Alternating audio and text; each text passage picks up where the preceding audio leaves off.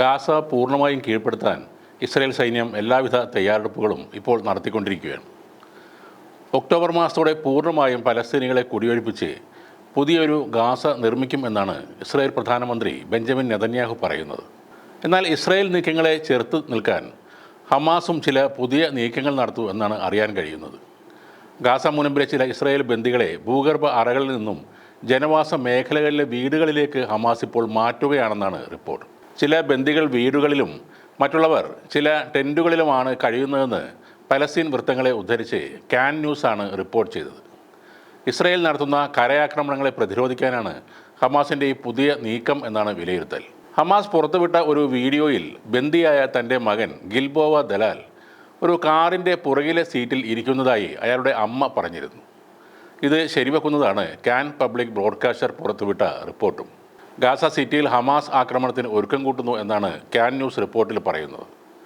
നിയമസാധുതയുള്ള പതിയിരിപ്പ് എന്നാണ് ഈ ആക്രമണ പദ്ധതിയെ അവർ വിളിക്കുന്നത്. ഗാസയിലെ ആക്രമണം നിർത്താൻ ഇസ്രായേലിനുമേലുള്ള അന്താരാഷ്ട്ര സമ്മർദ്ദം വർദ്ധിപ്പിക്കുന്നതിന് വേണ്ടി സിവിലിയൻ നാശനഷ്ടങ്ങൾ പ്രയോജനപ്പെടുത്തുക എന്നതാണ് ഈ തന്ത്രത്തിൻ്റെ ലക്ഷ്യമെന്നും റിപ്പോർട്ടിൽ പറയുന്നുണ്ട്. അതേസമയം ഹമാസിനെതിരായ ഇസ്രായേൽ സൈന്യത്തിൻ്റെ വമ്പൻ ആക്രമണത്തിന് മുന്നോടിയായി 3 ലക്ഷത്തിലധികം പലസ്തീനികൾ ഗാസ സിറ്റിയിൽ നിന്ന് ഗാസ മുനമ്പിലെ മറ്റ് പ്രദേശങ്ങളിലേക്ക് പലായനം ചെയ്തതായി ഇസ്രായേൽ പ്രതിരോധ സേനയുടെ പുതിയ കണക്കുകൾ പറയുന്നു. ഞായറാഴ്ച രാത്രി മാത്രം 20,000 പേർ ഗാസ നഗരം വിട്ടതായാണ് സൂചനകൾ.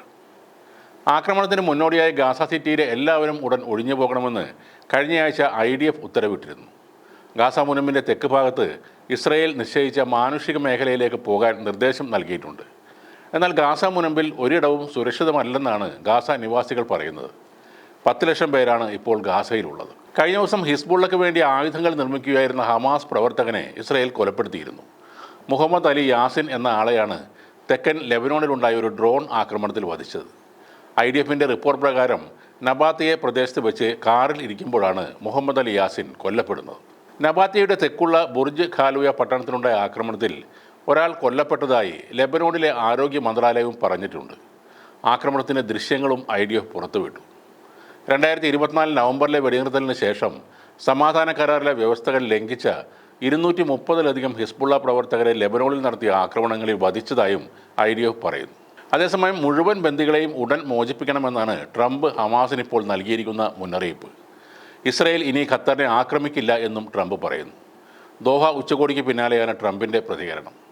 ഖത്തറിനെതിരെ ഇസ്രായേൽ നടത്തിയ ആക്രമണത്തെക്കുറിച്ച് ഇസ്രായേൽ പ്രധാനമന്ത്രി തന്നെ മുൻകൂട്ടി അറിയിച്ചിരുന്നില്ല എന്ന നിലപാട് ഡൊണാൾഡ് ട്രംപ് ആവർത്തിക്കുകയും ചെയ്തു.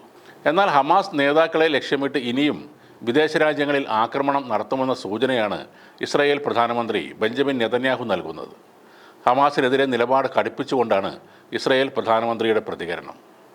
ഹമാസ് നേതാക്കൾ ലോകത്ത് എവിടെയായാലും അവിടെ ആക്രമിക്കുമെന്നാണ് നെതന്യാഹു പറയുന്നത്. ഖത്തർ എന്നല്ല, ഏതൊരു രാജ്യത്തായിരുന്നാലും അവർക്ക് പുറകെ ഇസ്രായേൽ ഉണ്ടാകുമെന്ന് തന്നെയാണ് നെതന്യാഹു പറയുന്നത്. ഗാസയും ഹമാസും ഇനി ഇല്ല എന്നൊരു ഉറച്ച നിലപാടിലാണ് ഇസ്രായേൽ പ്രധാനമന്ത്രി.